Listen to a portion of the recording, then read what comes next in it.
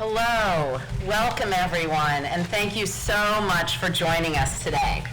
My name is Lyn Schollett, and I'm the Executive Director at the New Hampshire Coalition Against Domestic and Sexual Violence. The Coalition is a statewide umbrella organization of 13 community-based crisis centers that every year serve almost 15,000 survivors of sexual assault and domestic violence. All of these services are free and confidential.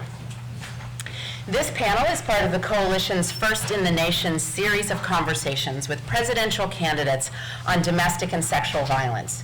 The topics of these educational forums have varied over time, and today we're so happy to be talking about the Violence Against Women Act. We were speaking before we walked in about how fortunate we are here in New Hampshire to have these unique opportunities to speak with presidential candidates.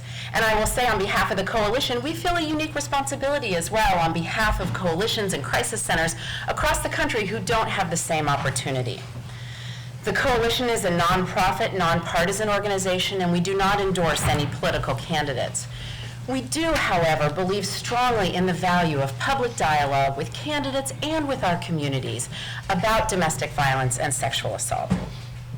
So we're thrilled to be here today with this distinguished panel of allies who've committed time and effort to responding to violence against women throughout New Hampshire.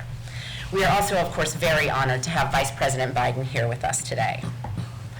The Vice President has been a champion for women and for victims of domestic and sexual violence for decades.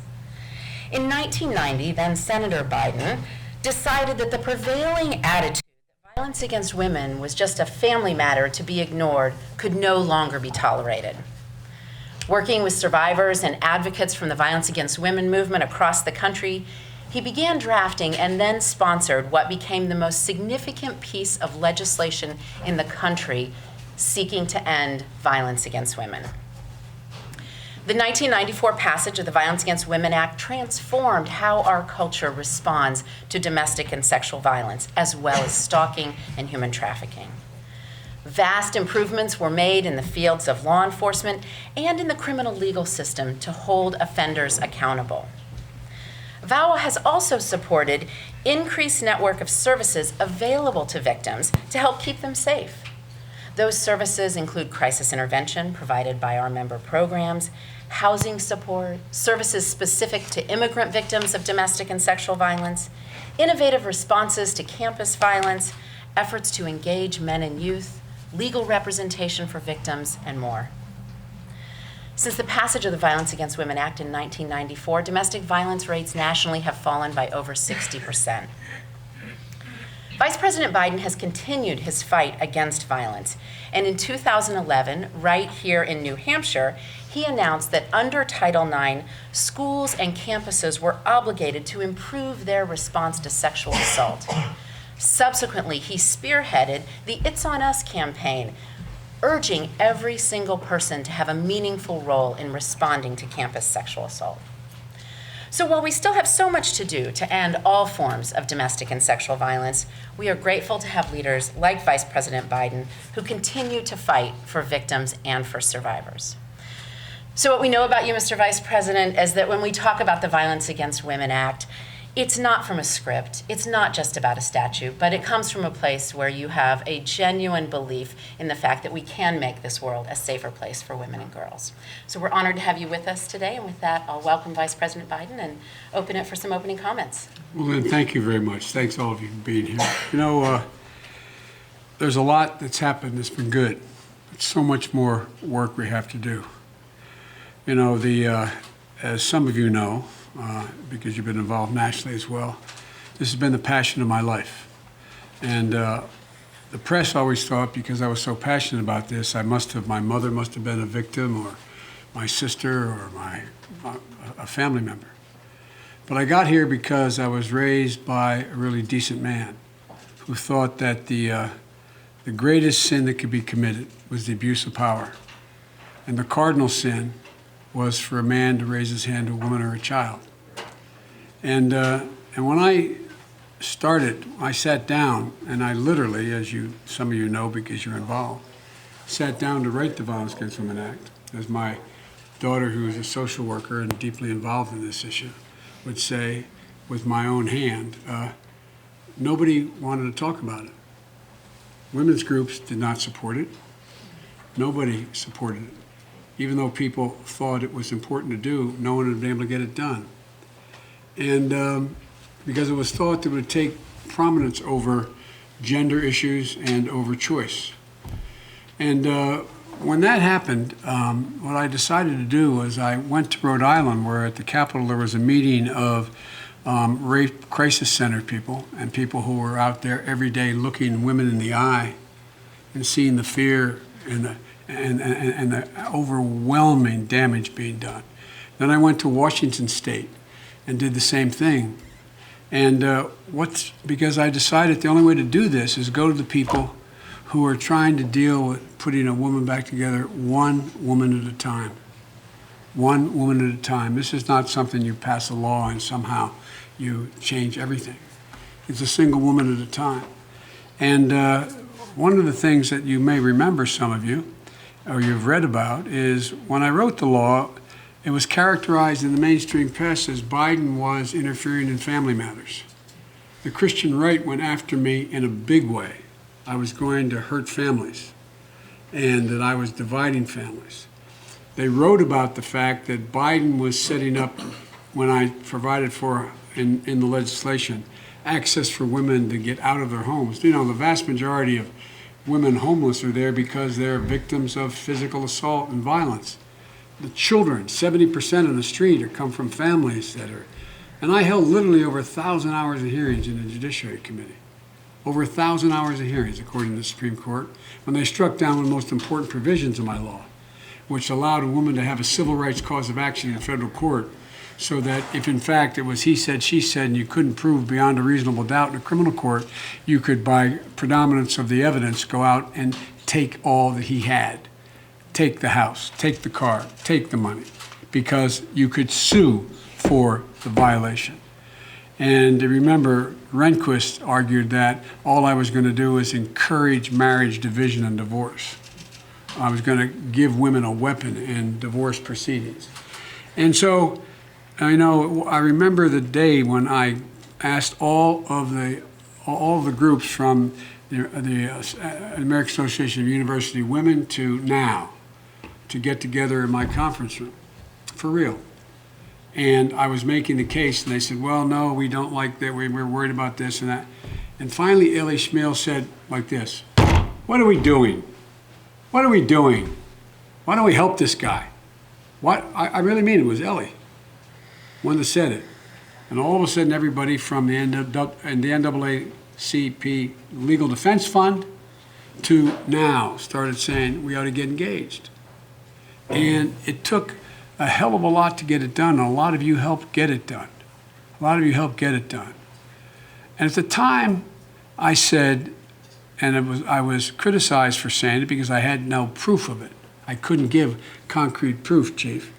I said two things. Number one, I am confident that women who are battered, you come home and the dinner's not ready to get smacked against the wall, or constantly, they are suffering from post-traumatic stress, no different than a man or woman in a battlefield being shot every day.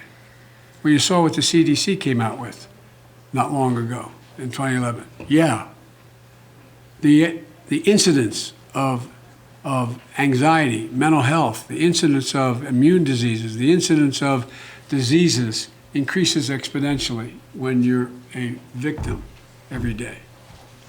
And so I said at the time, and this is why it's so important what you're doing, we have to change the culture in America. It's not enough to pass a law. The culture has to change. Instead of saying Biden's setting up indoctrination centers, which is what it was written about, I see someone who used to cover me back in those days up here now. You remember this. Indoctrination centers to indoctrinate women and men, but particularly women, on radical women proposals. All of a sudden, what started to happen is attitudes started to change, but we're so far from where we have to be. And when we got elected president and vice president, the president, I say president, I don't want to confuse him with this guy. I say Barack, but he asked what I want. I said, I'd like to bring the leadership of the Violence Against Women organization. It stayed in the Justice Department. I wanted to bring leadership into my office. We have offices in the White House because it elevates significantly the significance of it. And I remember I used to always ask for data from the Bureau of Justice Statistics about violence against women. You cited one of those, that how it's dropped among women. And so I asked a woman named Cynthia Hogan, who helped me write the legislation, a great, a really talented lawyer. And I asked her, I said, would you go check on what the stats are now? We've been in office about a year. And she did. She came back, and I've never been so disappointed in my life, for real, about legislation. Violence had gone down for women, particularly women over 30. But for young women between the ages of 15 and 25, not a thing had changed. Not a thing had changed. You were as likely when you got dropped off as college to be raped in 2011 as you were when I wrote the law at that time, about 20 years earlier. Nothing had changed. Nothing has changed. And so I asked the staff to set up a virtual town meeting where they told me tens of thousands of women were on because I wanted high school students and college students on the call. And I couldn't answer questions, but we gave them a website to go to. And I said, tell me what you most think we should do to change the circumstances of abuse on campuses and high schools, et cetera, date rape, et cetera. And I was so embarrassed when I got the response. Don't hold me to the exact number, but I think over 60% of the respondents, an open-ended question, said get men involved. And I thought to myself, why in God's name was that not obvious to me? So we started the It's On Us proposal. We went to campuses because I spent time, when I go on these campuses, literally between 5,000 and 10,000 students would show up at these big campuses. As many as always between 12 and 1,500 would show up in the gymnasium.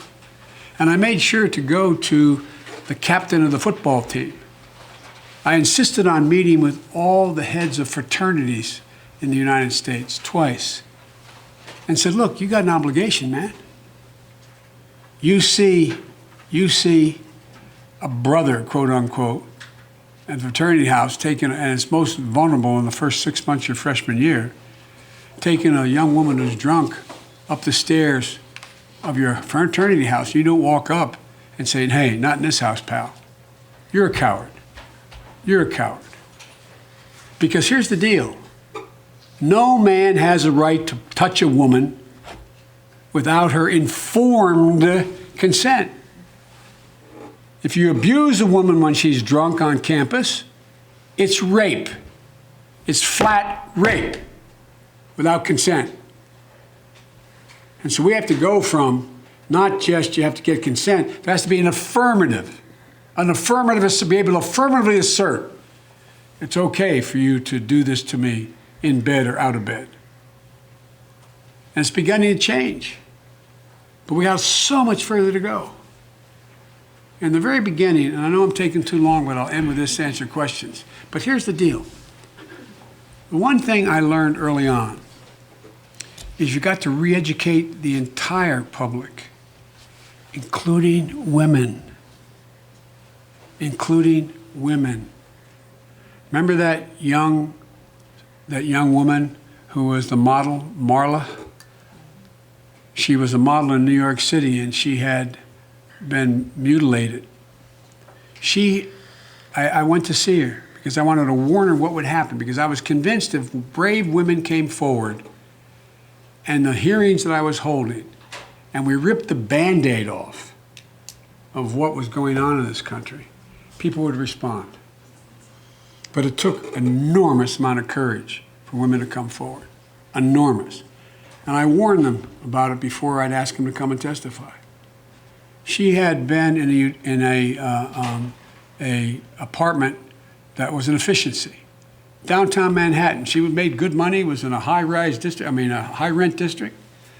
And she wanted a one-bedroom apartment. Every time she'd ask for one, the landlord would hit on her hit on her hard. So she decided she was going to move, just get out. She wanted her deposit back, though. And you may remember this. She was in a shoot in New York, meaning as a model. She was doing a shoot. She got a phone call from her landlord saying, I've got a one-bedroom. You can have it. We can work it out. She said, fine, okay. He thought maybe he had a change of heart and mind. He said, meet me in the restaurant that's in the basement and then on the first floor of a high-end district. I think it was up in the 60s. And so she walked in, he met her in the, quote, bar, which is a bar restaurant that people walk off the street and go in. And what happened, he hit on her again, and she got up and she walked out. Remember what happened? This butcher had hired two thugs to follow her, and they had razors and they slashed her face. Remember that? And I said, you got to come and testify, but I want to warn you, you're going to become the target. You're going to become the target. And I asked her, she said, I don't know, LB. I said, let me ask you a question. What did your mom say? She said, why are you in a bar? Why were you in a bar? What'd your girlfriend say? Did you have a bra on? How short was your skirt? The implication in all of this is somehow women invited. I then had my staff go out to go to every single state, Chief, every single state in the United States of America. It took several months to get it done. And do a study on how we treat violence against women versus men in America. You know what we found out? My state of Delaware is a fairly progressive state. There was a law in the books I didn't know. If you and I went out on a, if Charlie jumped out of a alley on your way home from work and raped you, in Delaware you could be charged with first-degree rape, which had a severe penalty. But if you went out with Charlie voluntarily, on the way home he did the exact same thing to you, you could not be charged with first-degree rape. What's the implication in our society? You must have done something to deserve it. You must have somehow been part of it. Remember that judge I finally got fired down in Florida who said he dismissed a rape case because a woman acknowledged she was sitting at a bar and she had no underwear on? Come on. This is a cultural problem. And we're a long way from being able to solve it. There's only one way to solve it, is make people look at it. Make them look at it, how ugly it is. And keep talking about it. Keep talking about it for the sake of my granddaughters. Keep talking about it. And that's why, as I said, when I became vice president, I asked the president to allow me to have control of this. The Attorney General was still in the office, the Attorney General, but I was the guy that could pick the people to run the show. And that's what I've done since I've gotten out of office. You've got to do it. You're doing it. The Delaware Coalition in the state of Delaware. You know the first thing I did after it passed? I invited, because I knew they couldn't do anything about it, I invited every judge in the state to meet with me in a large conference room in the Capitol. And I said, you guys have to change, mostly guys, some women, change your attitude. Because even the women judges, you know what? If I was your accused, if you accused me that we did something that I took advantage of you, they'd have us sitting in the same anteroom before we went in to testify. And all I have to do is stare at you. Just stare at you. We train lawyers to stand between, physically stand between the witness on the stand and the accused. So he can't sit there and go like this and stare. What I spent most of my time doing is going to men's groups, the chambers of commerce. And they'd tell me, nah, why didn't you just walk away? Why didn't you just leave? Why didn't it? And I say, how many of you guys saw the movie Deliverance? They'd all raise their hand. It was a long time ago. And there's a scene in Deliverance where a man gets raped by a group of people in a, quote, out in the country. I said, what'd you do if that happened to you? Well, I'd go get my gun, I'd go back and get him, I'd do this, I'd do that. Come on, man. What are you talking about? What do you think happens to these women? What choices do they have? Much more to say, but here's the deal. I think it is critically important we keep the pressure on, because it will come back if we don't keep the pressure. This is the 25th anniversary, the proudest thing I ever wrote in my life. And the Republicans in the House have not even allowed a vote on it. Do you realize there's a higher incidence of women dying today from gun violence than there was just 5 years ago? You realize that I think it's totally consistent with the fact that hate crimes are way up too, because of the way this administration handles things. I'm not getting into the politics of it, but the practical effects of it. No, I really mean it. Think about it. Think about it. Our children are listening. They're listening. We got to make it clear. When I left office, everybody said, what are you going to do now? Well, I continue to be deeply involved with the movement in my state. I was always listed as the poorest man in the United States Congress, for real. I got elected when I was 29 from modest means. When I got elected vice president, one wag in one of the press says, it's probable no man has ever assumed the office of vice president with fewer assets than Joe Biden. Well, unlike some people, I released 21 years of my tax returns. You can take a look. But what happened was, when my beautiful son died, who set up the coalition to deal, he was Attorney General, a coalition to end child abuse. We raised millions of dollars for it.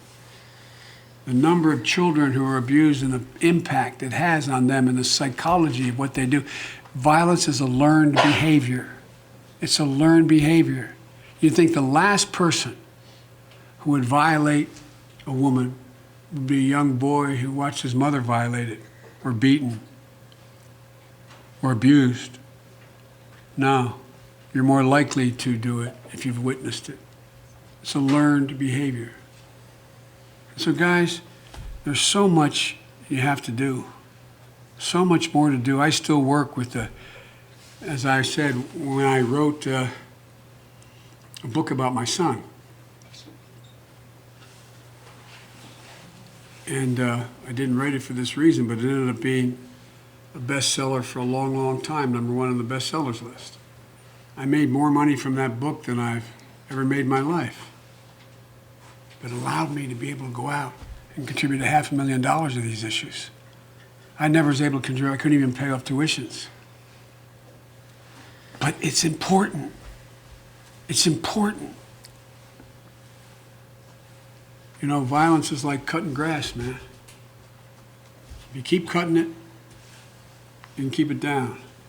If you let it go for a week, your lawn gets a little ragged. Let it go for a month, it looks awful. You let it go for longer, you got a jungle in your front yard. As Ralph Waldo Emerson said from up this territory, he said, society's like a wave. The wave moves on, but the particles remain the same. God made a new brand of man and woman in a millennia.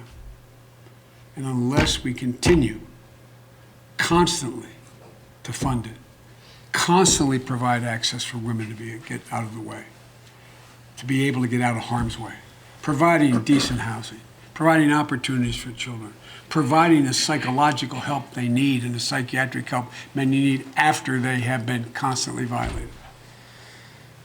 Concluding comment, all of you, some of you have probably been victims of violence. It takes enormous courage to come forward. Because every time you do, you relive it. Every time you relive it. No matter what anybody says, I know. I know. So it's a long way to say thank you, thank you, thank you, thank you. But don't kid yourself. We have a lot more work to do. Thank you. That's okay. Thank you. you so much for sharing the history, because as we gear up for the reauthorization of the Violence Against Women Act, and I think grounding our work in that history is so important. And I think what all of your examples illustrated is how critical it is for us to work together, how all of us have a role in ending violence against women, and that's part of how we came to bring this panel together today. So at this time, I'd like to take a moment and go around and offer our panelists the opportunity to introduce themselves, your name, organization if you're affiliated with one, and just a sentence or two about how you're connected to the work to end violence against women, and then we'll jump into questions. So I think I'll start with Ebony. Okay, thank you so much. And I hope I'm facing everyone appropriately. I'm Ebony Tucker. I'm the Advocacy Director for the National Alliance to End Sexual Violence.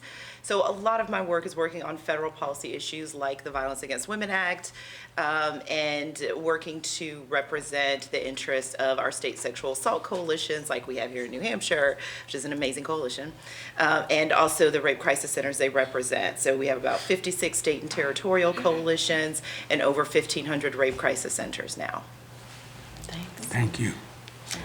My name is Dawn Reams, and I am the Executive Director of Bridges Domestic and Sexual Violence Support Services. And our program is one of the 13 member programs of the New Hampshire Coalition Against Domestic and Sexual Violence. And I've had the honor of serving as the Executive Director for the past 22 years. Our community is in southern Hillsborough County, and it's a partial urban, partial rural community, which makes it pretty interesting for us to provide services. Thanks, Dawn. My name is Tiffany Roberts. I'm a resident here in New Hampshire. I'm here at the table today to speak as a survivor. God love you. Thank you. Thanks, Tiffany. Chief. My name is David Goldstein. I'm the Chief of Police in the City of Franklin. I've been a police officer for 40 years. I've been the chief in Franklin now for a little over 10 years, and one of the first things I was confronted with when I came to the city was the rate of domestic violence that we were experiencing on a daily basis. As a result, we've been able to make some very serious inroads, some of which I'll talk about in a few minutes. Thank you, Chief. Professor. Hi, I'm Professor Jessica Durkis-Stokes, and I'm a professor here at the University of New Hampshire Franklin Pierce School of Law. I specialize in the area of law and sexual violence, and I teach a course on law, the history and law of sexual violence. And currently knee-deep in a textbook on law and sexual violence as well. I'm also the chair of the Diversity, Inclusion, and Equity Committee here at the university, which works to ensure a safe and protected environment for all of our students. Wonderful. Thank you so much. So let's dive into some questions. Sure. I'm going to start with Ebony. So Ebony's on the front lines in Washington, D.C., watching everything that's happening and advocating for the best interests of survivors and, as you said, coalitions and crisis centers as well. Can you talk a little bit about what you see on the horizon for VAWA reauthorization, and particularly what do you see as the most important policies that need to be updated or protected as we move forward with the reauthorization process? Okay, yeah, well, thank you, Lynn, and no pressure at all talking about reauthorization in front of the Vice President, who we are very grateful to for all of his work on this issue and on VAWA specifically.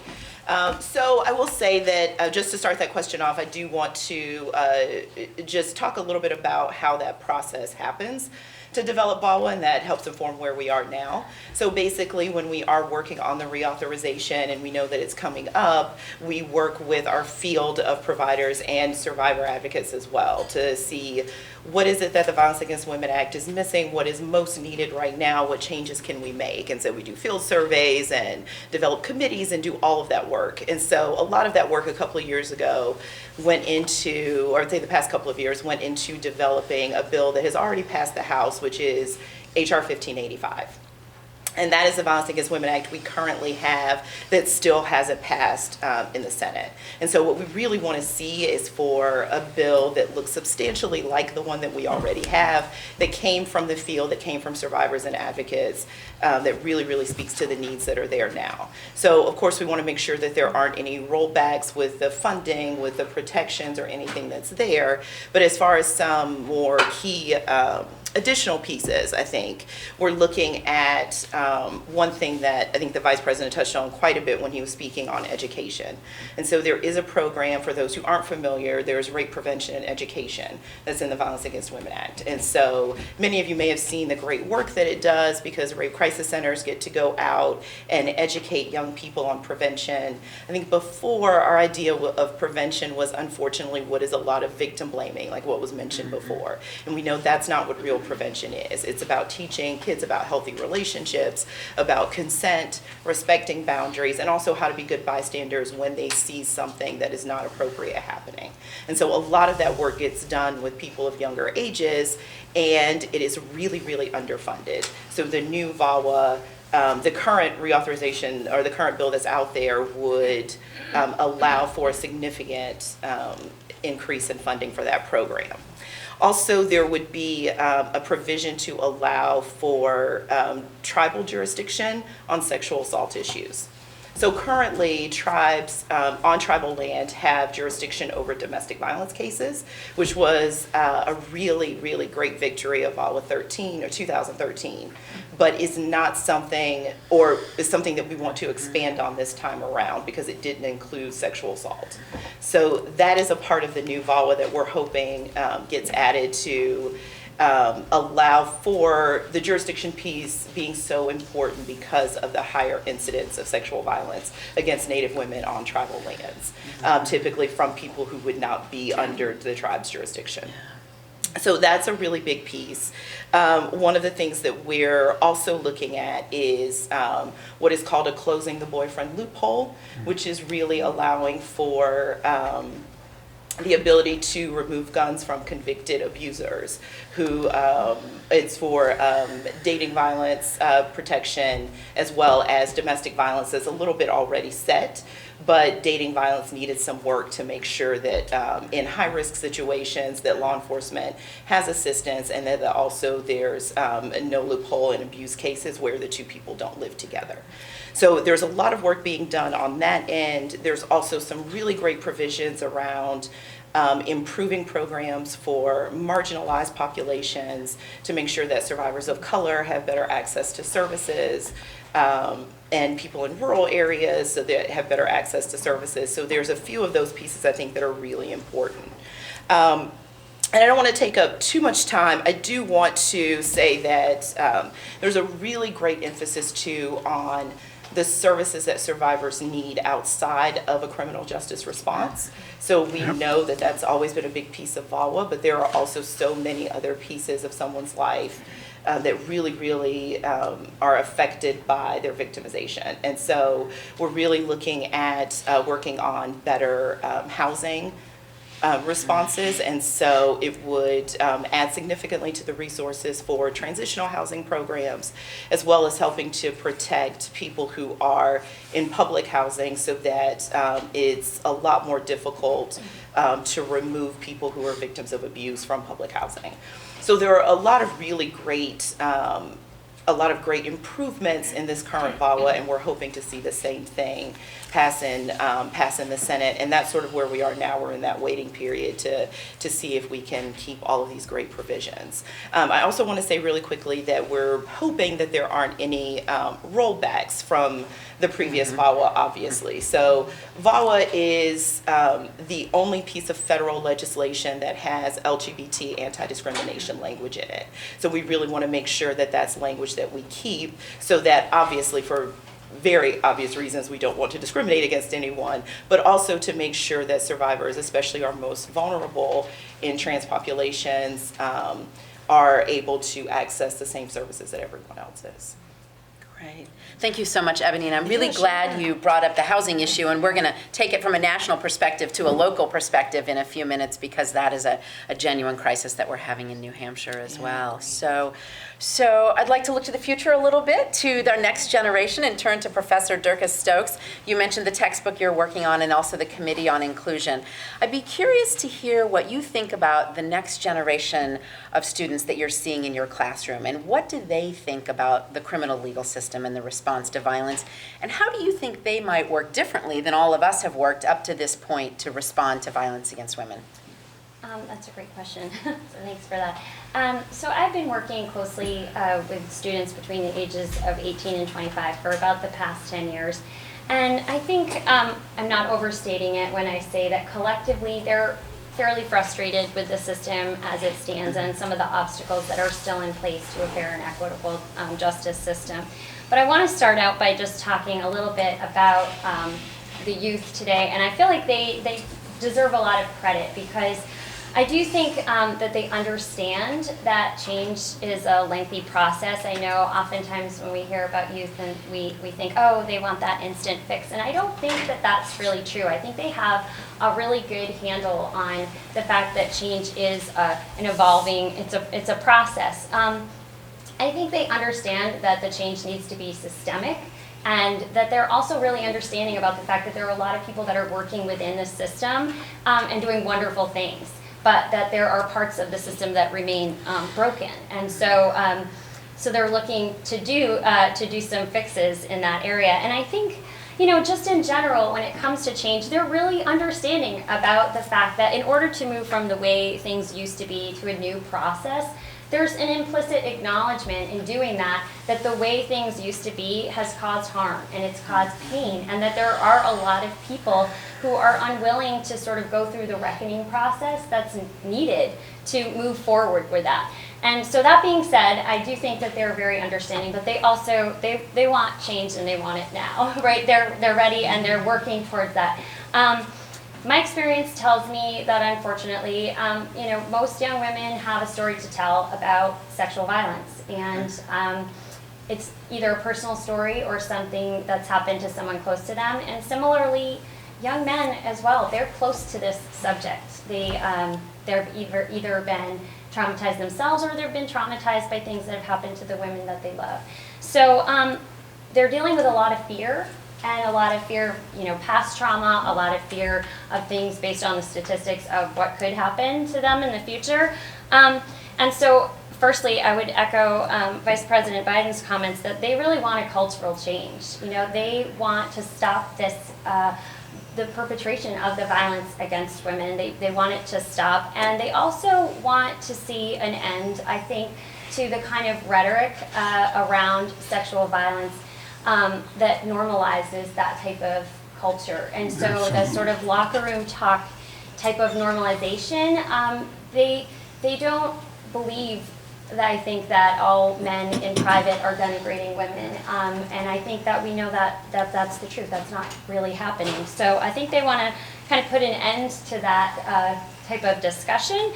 So secondly, I would say that they want a criminal justice system that is trauma-informed and vocal about the fact that we really are experiencing an epidemic of violence against women in this country, and they want to shout that from the rooftops, right? They really want to be out with that. So in terms of making change and how this next generation might be doing things differently, I would say the notable piece that I've taken away from my work with young people is their desire to be more inclusive. Rather than exclusive. They want to provide services and they want to protect all the people who are experiencing trauma. So I think that they've come of age with an awareness in a different way than maybe some of us did, that race and gender and social class and sexual orientation, these things are working to affect the justice system in ways that make the justice system not always work the same for everyone. Yeah. And they want to see an end to that implicit bias, and I think they're working really hard to make that happen. I also think that young people, by and large, they're not as hung up on the differences between people as maybe some generations have been in the past, and I think we're going to hear a lot of new voices as a result of that, and that's really exciting. And so finally, I would say that in terms of changes that are going to be made, I think the technology is a huge piece of things. You know, they've come of age in this time where technology is at their fingertips and they can use social media and other platforms to really push out this message that they want this to stop. They're not going to let it be swept under the rug. and they're going to continue to organize and mobilize globally to do that. So I'm actually really hopeful about the things that are going to come from them, and I think they're going to use, the building blocks of what has come before them. So thank you for that. Thank you so much, Professor. My brain's already thinking about how can we get all these voices to Washington, D.C. to work on the reauthorization. This is what we want, right? This exclusion, this inclusiveness, this optimism, and kind of these folks who would be very interested in retaining all of the advances that Ebony was talking about from VAWA 2013. So I'll turn to you, Mr. Vice President. After 4 decades of decline, we're now experiencing a time where more women are being shot by their partners. Could you talk about, if elected, what you would do to respond to that increasing level of gun violence? Take on the NRA. Look, guys, it's a simple proposition, not a joke. You're 5 times as likely to be killed in domestic violence if in fact, there's a gun in the home, around the home. And what we talk about, the boyfriend exception and all that we talked about a little bit earlier and what's in this bill, that's why they're not passing it. The NRA has, in fact, throttled them. They're afraid. They're afraid. The Second Amendment doesn't say anybody can own a gun. It doesn't say in the boyfriend, and right now, I tried when I wrote the law in the first place to make it an absolute prohibition. If you have a stay-away order, if you're in a position where I won't go on and bore you with all the detail, you know it. But it couldn't get it done. But each time we reauthorized, we added another protection, whether you talk about tribal lands. Well, you have no idea how hard we worked to get that done and how much help we got from the senator from the state of Washington. She went out and got the thing, she was chair of the Appropriations Committee. So we got a lot of it done. But now, for example, in tribal lands, you know what it is now? If a non-tribal person comes on the land and rapes a woman in that tribal community, they in fact cannot be tried in the tribal courts. They should be able to be tried in the tribal courts. You talk about technology, Professor. I taught law school for 22 years and wrote a book for the class I taught relating to some of this. And one of the things that worries me is that technology is both helpful, but it worries me. That's what my son, as Attorney General, he put the single most serious child molester in jail in modern history. That's why he didn't take the Senate seat that he was offered as Attorney General and went off to Iraq. And here's what it was. This is a doctor in a town called Lewis, Delaware, near a thing called Beebe Hospital, one of the hospitals along the shore down there. And he raped and or molested 470 some, I think it was, hold on, more than 450 young children, penetrating 3-year-olds and 4-year-olds, infants. He got 7 life sentences. And what it did was, it didn't just traumatize those children, it traumatized every parent in that community. Why did I let him take her in to the examination room by herself? Why didn't I know? All the trauma that community went through. And the technology, one of the reasons we started this the Beau Biden Foundation was what parents don't know. Parents have no idea how their children are being lured into, and I hope you all are, lured into sexual, being put in a situation where they become sexual pawns. How they do it. How many of you know young girls or daughters in the neighborhood think it's cool to picture themselves on a beach in a bathing suit where they text a friend? Well, there's a lot of things that, and so what they're doing is they're going out and all across the country teaching parents and adults and working with the YW and YMCAs of the world and saying, this is what happens with the technology. And with regard to the justice system, the whole notion that we do not continue to train judges.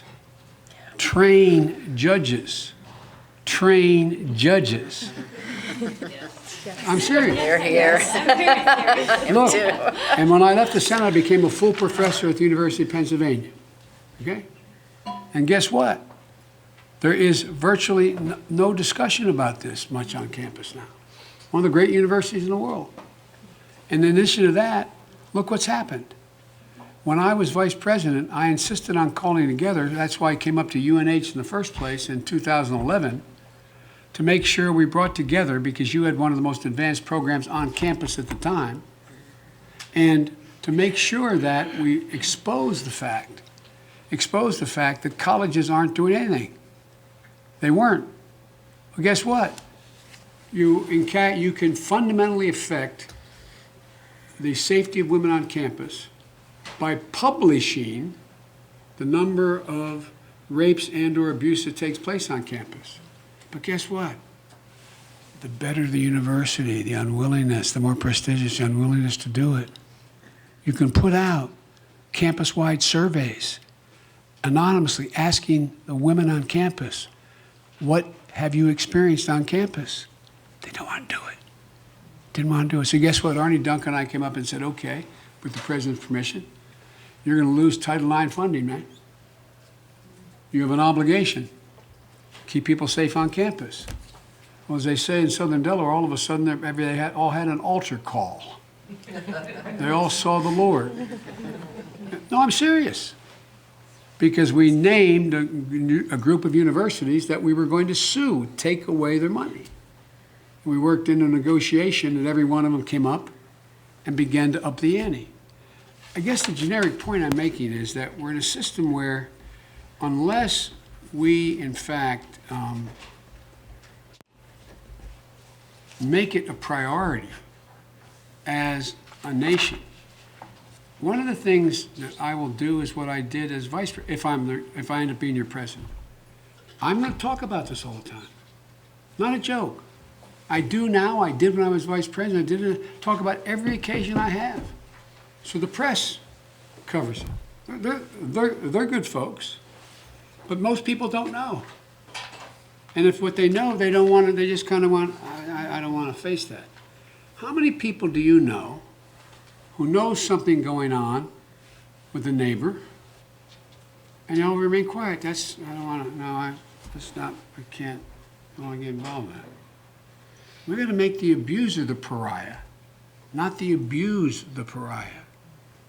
We have to change the attitude. And we're not doing it enough. We're not doing it enough. Last point I'll make is on the housing piece. It is critically important that we fund this housing. Not just go out and do what all of you do and I do, raise money that the state isn't providing. The states are walking away from the responsibilities that they used to have because they think, okay, they saw the statistic, 67, 71, whatever percent you say, a reduction in the number of violence against women cases that are brought. And the states go, well, okay, we don't want to tax people, have more money for that. But it's ridiculous. And you're saving the community billions of dollars when we deal with this. It's saving the community, saving them. We don't talk about it. So I think it's just a matter of you can never stop talking about it. You don't have to become a screed, but just talk about what's happened. Continue to talk about why it's important. And I think you can make significant progress, but first and foremost in terms of gun violence, if you are, right now, if you're married and you have a stay away order, the man cannot have a weapon. You can take it away. If you're a steady boyfriend and you have a stay away order, well, you're not married, so you can keep your weapon. That's right. What's going on? What's going on? It's about, in that case, the NRA. All they do want is sell weapons, period. I don't know if they've answered all the questions, but they're part of them. Well, that's a perfect segue to someone who has an enormous amount of experience in terms of responding to both victims and offenders and the impact that firearms have. Chief, you have a lot of years of experience in the criminal justice system and also a doctorate in counseling and human services, and you have been a fierce advocate right? for the It is. All It's right, completely man. right. And That's he's important. also, Really? it's amazing. Thank you. And just also a fierce advocate for the importance of law enforcement and crisis centers working together. Could you share with us a little bit about the differences that you see in terms of how law enforcement responded to domestic violence cases before the Violence Against Women Act, and how you've seen law enforcement responses change over your decades doing this work? I'm happy to do so, and thank you very much, and thank you for the opportunity, Mr. Vice President, to address this, and the passion that you bring to this issue is the passion that I've had now for 4 decades. As you probably noticed, I'm a little bit long in the tooth, so I've been forced to become... I've been forced to become an historian, and part of that history is actually living it, and I know that the coalition members have heard me talk about this before. In the old days, we were happy if we were able to separate the parties, period. We knew once that happened, we'd be back the next night or the night after that for the same exact problem. And that was the best that we could. We had no statutory authority to take people out of the house. We couldn't identify primary aggressors or what have you as we can today and do some of the things that we're able to. And I'm embarrassed and on one hand, but also pleased on the other to be able to say that I was part of that. I can remember making arrests of victims of domestic violence. How dare they recant their statement in my presence? How dare they commit unsworn falsification? And as a result, they had committed a misdemeanor in my presence and were arrested for that. And of course, that didn't do anything. But as I learned more, as I grew in my profession, and I like to use the term evolved, and we have evolved. It's not change, it's evolution. And it's evolution at its best. And as we've evolved, we've realized the mistakes that we made from the law enforcement point of view relative to these issues. So as a result, we started to grow up. I will certainly be able to attest to the fact that part of 23 years of my career was spent with the New Hampshire State Police, and approximately a dozen of those years was with the Major Crime Unit, primarily investigating homicides. And I was part of the crime scene unit, and we had one of the worst cases of domestic violence here in Concord in 1991. James Colbert killed his wife and his 3 daughters.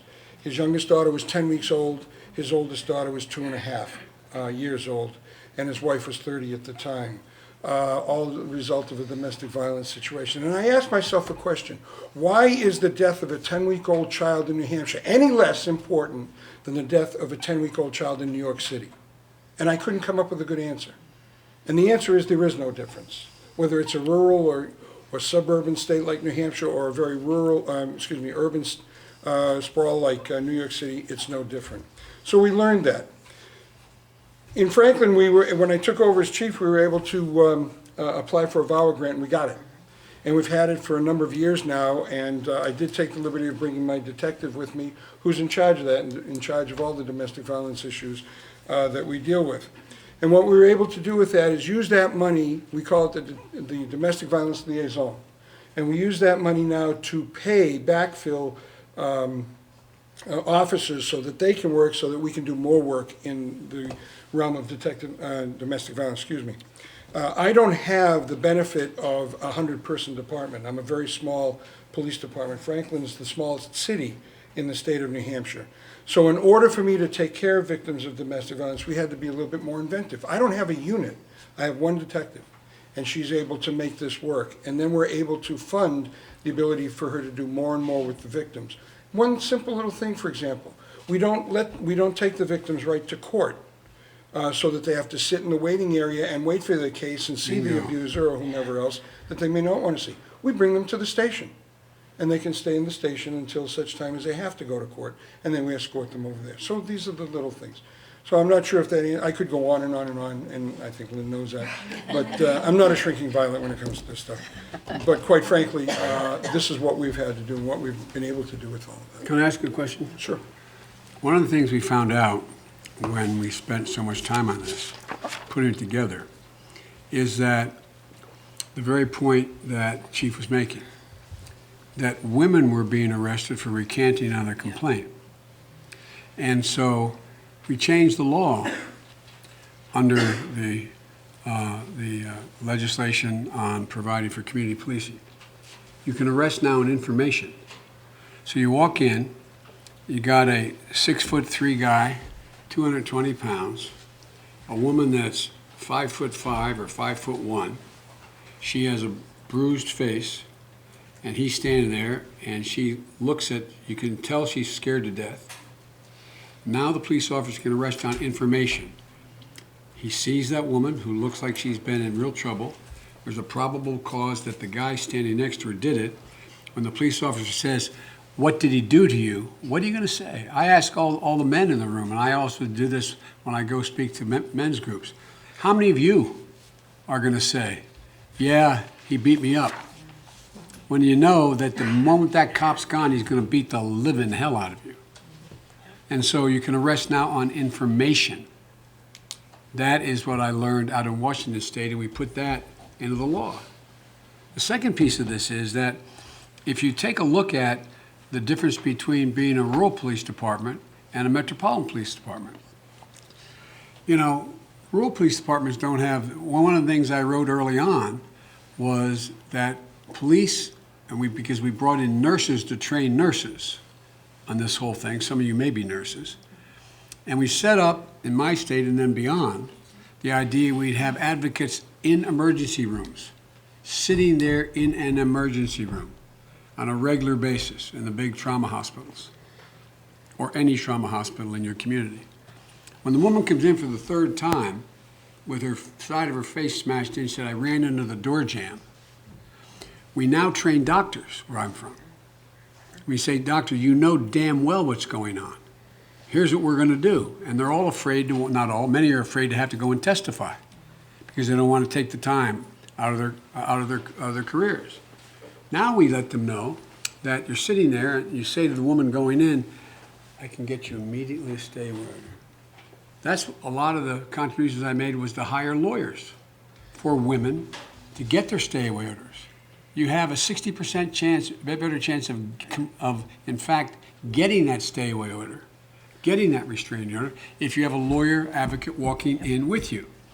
One of the things I was able to do is go to the ABA and get volunteer organizations in the ABA to come forward and have lawyers give their time, like public defenders or like the Legal Aid Society, because it exponentially increases the prospect of a woman succeeding. But secondly, it gives her confidence. You're scared to death. Whether you're a man or a woman, you're going to walk into court for the first time, you're going to accuse somebody of having done something. You need someone, as you know, Professor, someone standing naked. But this isn't rocket science. This is basic human nature. And so, but in rural communities, guess what happens? You don't have enough people. You don't have enough people. You're not in the position when I wrote the legislation requiring rape kits to be kept. What happens? Some of the hospitals, you may be near enough, but in rural parts of my state, and particularly out west, there's no hospital to take the woman to get the test. So you have evidence from the rape kit. You realize 60% of all the women who have been raped never find out who the rape, are never able to identify the rapist, and a significant portion of them are already in jail because 7% of the rape, 7% of the men are responsible for over 70% of the rapes. They're in prison already. And the single greatest thing you can do for a woman who's been abused is identify her abuse, so it's not just her. She's just lying. You come forward and you can show that person, because the rape kit now, they're running against the existing profiles of men in prison. In prison. And it gives enormous peace of mind. That's one of the hearings I had for a woman whose husband was the chief of police down in suburban Maryland on the Eastern Shore. She was raped, and she was worried where her rapist was. She'd come home. She's a professional. She'd drive home and sit in the car shaking, be afraid to get out of the car and walk in her front door till her husband got home. Well, guess what? She came and testified. She did the rape kit. They then went to the prison system, identified who did it. Her whole life changed. You guys aren't in a position in small towns to be able to do that. And so that's why, and also transportation, you get a call. Well, it's 25 minutes away. I've got 3 people on my force. What do I do? How do I get it done?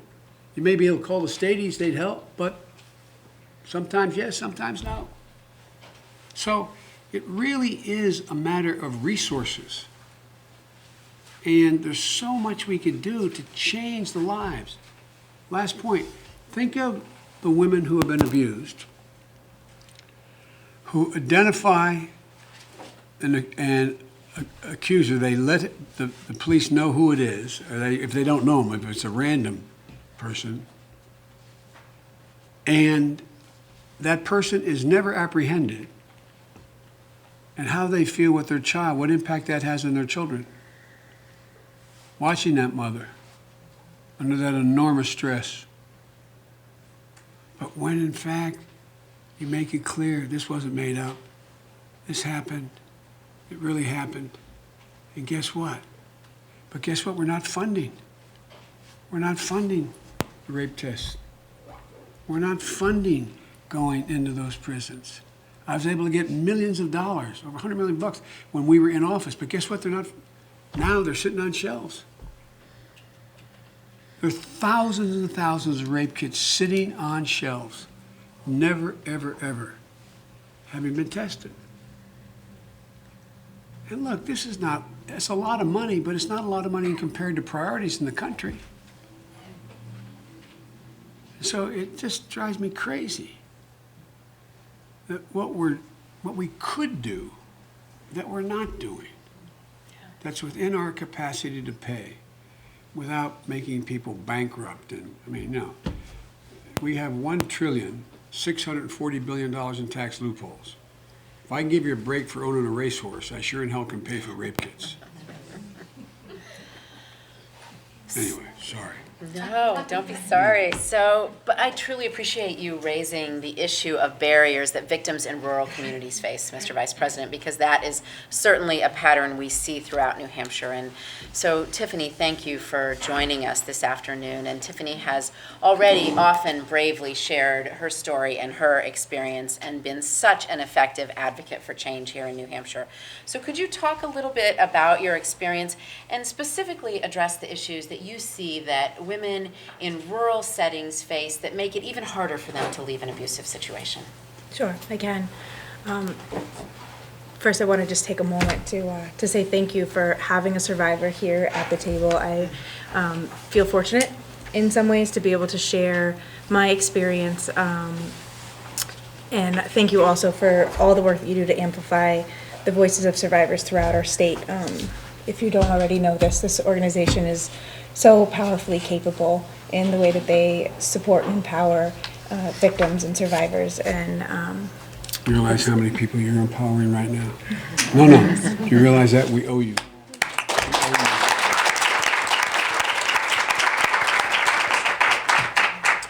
Thank you. And likewise, Vice President, I know that you too have taken care over the course of your career to make sure that survivors have a seat at the table when you're discussing issues that impact victims and taking time to listen to survivors so that you can make sure that the work that you're doing is informed. So thank you.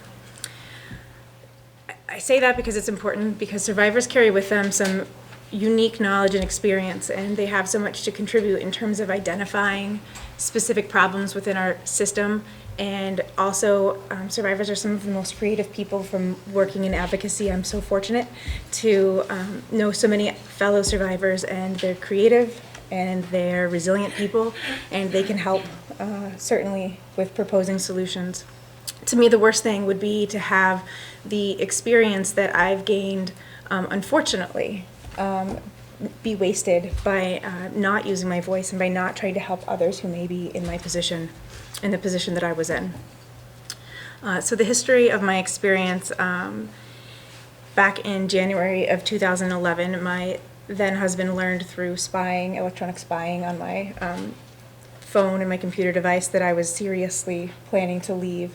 And he removed $11,000 from our joint checking account, which was all of the money that I had access to, and moved it to an account I didn't have access to, leaving me feeling more trapped than ever.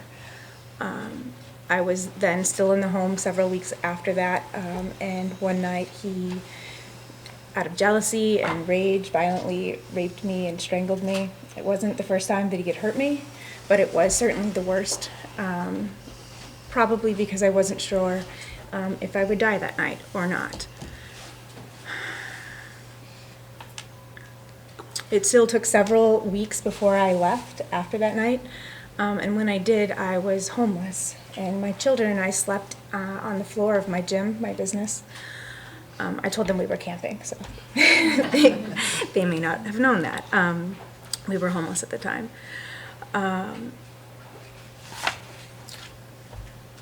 Years of stalking and torment followed, but easily the worst part of all of that for me, and I couldn't emphasize this enough, was my experience with the family court system.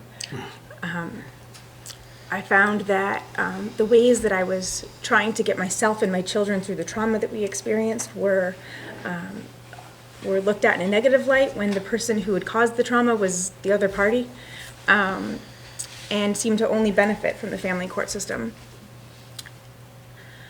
My experience with law enforcement was wonderful, but the criminal court system, we had prosecutors in our county who had zero experience handling felony level sexual assault cases at the time, and it showed, and they did a lot of damage to the case, and by the time the Attorney General's office stepped in and took over the case, there was too much damage done to the case, and so it had to be pled out. So that was slightly less, only slightly less devastating and re-traumatizing than the family court process. So that was a lot for me to heal from, for my family to heal from, and it's still really hard to share. But I do so because despite how far we've come in this movement, we still have so much work to do. So I just say that echoing what you said earlier, that there's still work to do. No matter how awful the abuse is, when survivors find the strength to leave, they should not subsequently be let down by the family and criminal court systems. So we have work to do to strengthen the systems. I know with violence, with VAWA funding, something we would benefit from is specifically trained attorneys. Victims should not face family court alone. They're often at an economic disadvantage directly after leaving, and that's not a process that they should be facing alone. Continuing to educate judges, which you certainly touched on, and funding for educating prosecutors and attorneys. I feel like both family and criminal law judges need help understanding the impact of trauma so that they can recognize what's going on with the people in front of them, and so that they can detect abusers who are using the system to continue abusing their families. Lyn, to speak directly to your question about rural communities, so I live in northern New Hampshire, certainly a rural area. I do work with Starting Point, which is our local domestic and sexual violence crisis center. They do really excellent work there. One of the issues we deal with there a lot is transportation. That's right. So victims, again, are impacted economically and often don't have their own transportation, or their transportation needs a lot of repairs and work to it. And they need certainly to get to employment so that they can keep moving forward in their life. They need to get to healthcare services so they can heal from what's occurred. Often they need to get to court. We spend a tremendous amount of time and energy and resources trying to cover transportation for survivors. Housing, we've touched on that already. We have a 1% vacancy rate in our community, so housing on a good day for somebody with a lot of resources is tricky to find. So for survivors, it's quite an uphill battle. And so that is something that we certainly need funding for. We could build more shelters with funding, but that wouldn't do any good, because ultimately we're looking to help these victims have a firm foundation, a home, so that they can rebuild their lives and move forward. The Violence Against Women Act has provided really critical funding for crisis centers like Starting Point, and the work that's funded is life-saving and meaningful, and I'm hoping that more specialized funding for rural programs can be available. Can I say one thing, Lyn, about this? You know, You all know what the expression rule of thumb, where that comes from.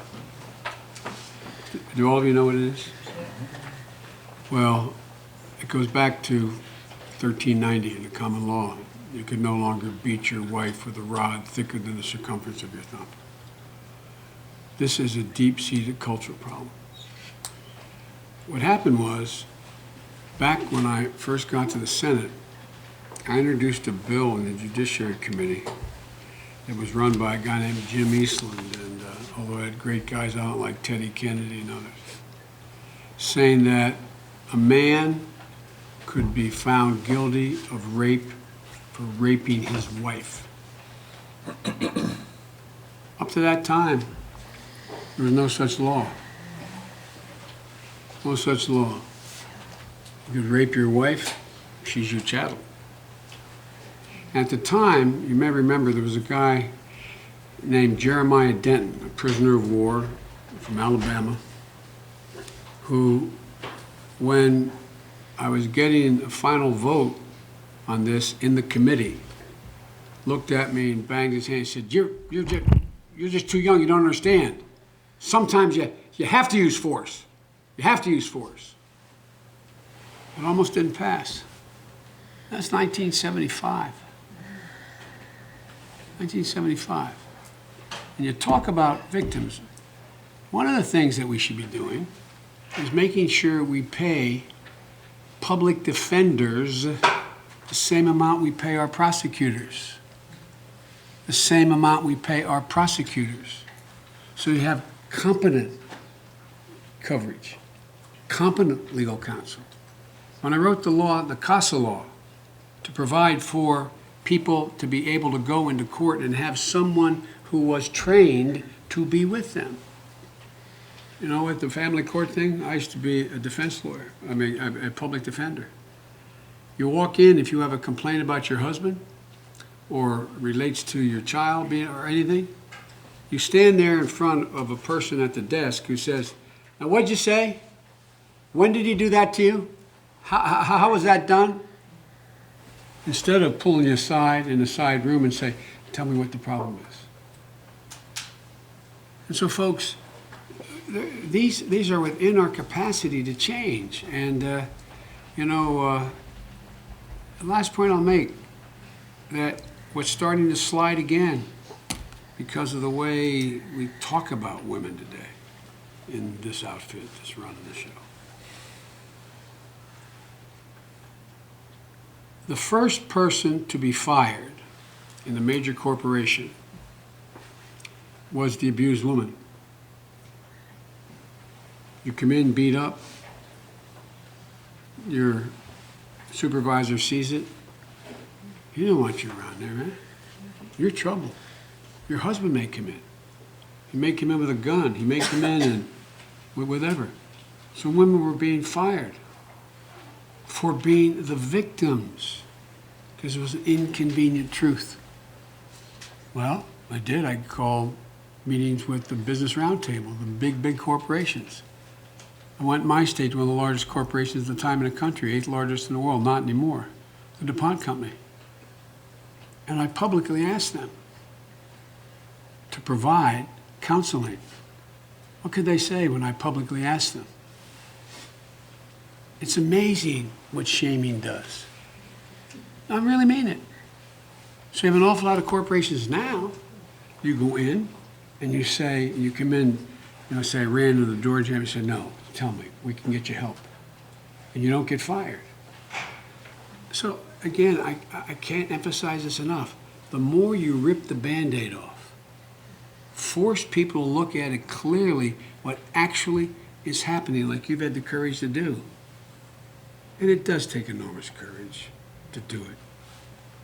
It does take enormous courage to do it.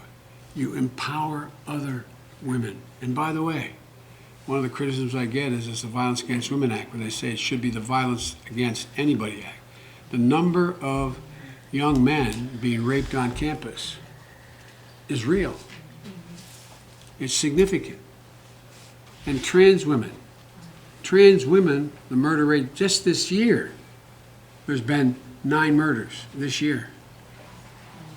Just this year, and the year's not over. And that's the other reason why these guys, McConnell's team, doesn't want to bring this up. Because why should we be protecting gay folks, transgender folks? Why should we be doing that? They ask for it. So you just got to keep it up. You really got to keep it up. And really, I mean it sincerely. Thank you for your courage. Thank you. You give so much.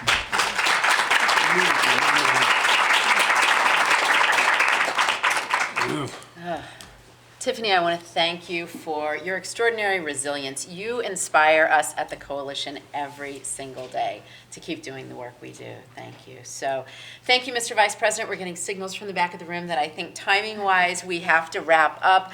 I hope that everyone's takeaway from today is the importance of this continued collaboration. I'm inspired by the optimism about our future citizens and voters and the folks who will be influencing the Violence Against Women Act. It's exciting how we've evolved as systems in terms of responding to violence against women. And I hope that as we all continue to stand shoulder to shoulder with survivors, we will reauthorize the Violence Against Women Act. So thank you for joining us today to be part of this Next week, conversation. I'm releasing, I'm not going to do it now, a detailed plan on what I think should be done from this moment on, dealing with this issue, and the additional things I think we can do that's within our wheelhouse to be able to get them done. A lot of it has to do with you guys and the great work you are doing. I really mean it. But we got to it gets down to resources, and we can afford to do all this. But I'll send you a copy of it next week when we get it. Thank you. Thank you, Mr. Vice President.